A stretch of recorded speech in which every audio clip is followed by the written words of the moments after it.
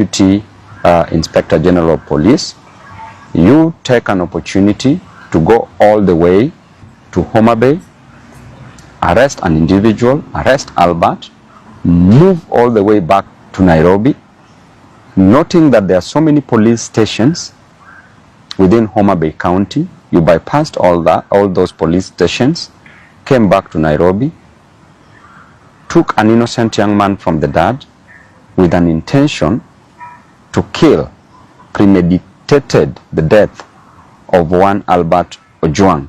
Reaching Central Police Station, you tell us stories which we only hear in movies, that Albert Ojwang hit his head severely on the on the wall. Does not add up. Thank you very much, fellow Kenyans. I'm Babu Owino, Member of Parliament for Embakasi East constituency. I want to take this opportunity to condemn the gruesome murder of one Albert Ojwang at Central Police Station, Nairobi. I want to demand that the officers who committed this heinous act must be arrested and charged with murder, murdering one innocent man, Albert Ojwang. The apex of the law, the Constitution, and the Penal Code outlines clearly on how matters should be dealt with once an arrest is made. Going to an extent of murdering an innocent man, moving all the way from Nairobi, wasting government resources in the name of Subarus, going down to Homa Bay, passing so many counties to arrest one person whose only mistake was to speak the truth on social media, was only to outline how Kenyans are suffering, was only to show Kenyans that there is high cost of living, that there is overtaxation, and that there is unemployment in this country. By pointing out unruly officers in the government by the name Eliud Langat, who is a Deputy Inspector General of Police, you take an opportunity to go all the way to Homa Bay, arrest an individual, arrest Albert, move all the way back to Nairobi, noting that there are so many police stations within Homa Bay County. You bypassed all those police stations, came back to Nairobi, took an innocent young man from the dad with an intention to kill, premeditated the death of one Albert Ojwang. Reaching Central Police Station, you tell us stories which we only hear in movies, that Albert Ojwang hit his head severely on the on the wall. Does not add up. It's so sad. And what a time to live in this country, Mr. President, under your watch. You need to take time and reflect. You need to sit alone for a whole day. Reflect how you were brought up. Reflect how your mom brought you up. As you always say that you were brought up from a very humble background. Reflect on that. Reflect how far you've come to where you've reached. Reflect on what you want to do to Kenyans, and reflect on the legacy that you want to leave behind. And I want to say that it is quite unfortunate that there are so many abductions, there are so many deaths of young men in this country.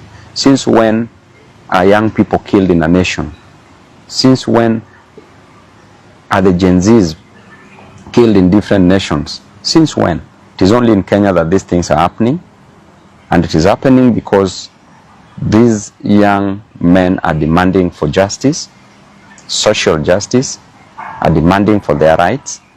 And the extent that we are going as a nation is so wrong, because under your watch as the president, so many deaths are occurring. The main reason why people get to power is so that they can become better, not being bitter. It's so that they can better the lives of others, not taking the lives of others. It's so that they can ensure that people's lives are changed for the best. But what are we seeing in return? We are seeing bitterness, we are seeing cruelty, and too much cruelty breeds so much hatred, which is now occurring in this country. I want to inform the government that nobody will fear you. You cannot spread fear to a person who has nothing to lose, a person with no jobs, a person who experiences overtaxation, a person who experiences high cost of living, high cost of education, high cost of health.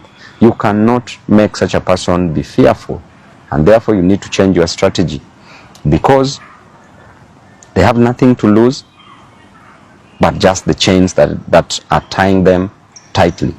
And I can assure you that within no time there will be serious actions in this nation, because people are hurting, people are going through a lot, people are depressed.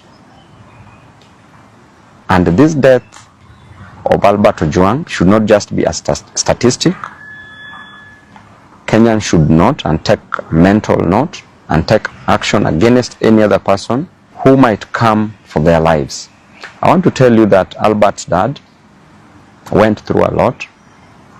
As he said yesterday on media, that he spent 20 years going to a quarry, mining stones, not precious stones, but normal stones for construction, kokoto, just to educate Albert. Went through a lot in life to educate Albert.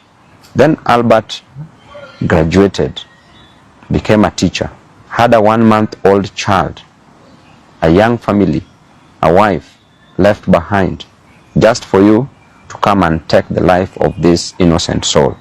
We are watching you keenly.